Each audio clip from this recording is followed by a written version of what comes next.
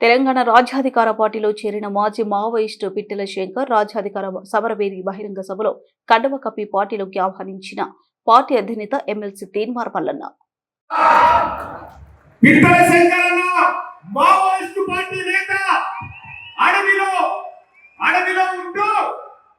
మనందరి భక్తులు మారాలని తిరిగినటువంటి పిట్టల శంకర్ అన్న ఇలా ఈ బిడ్డ తెలంగాణ రాజ్యాధికార పార్టీలో చేరుతూ మీ అందరి సమక్షంలో మీ తమ్ముడుగా మీ సోదరుడుగా ఈ భువనగిరి ప్రజలకు ఎల్లప్పుడూ అందుబాటులో ఉండడానికి ముందుకు వచ్చినటువంటి పిట్టల శంకర్ అన్నను పార్టీలో చేర్చుకున్నామా?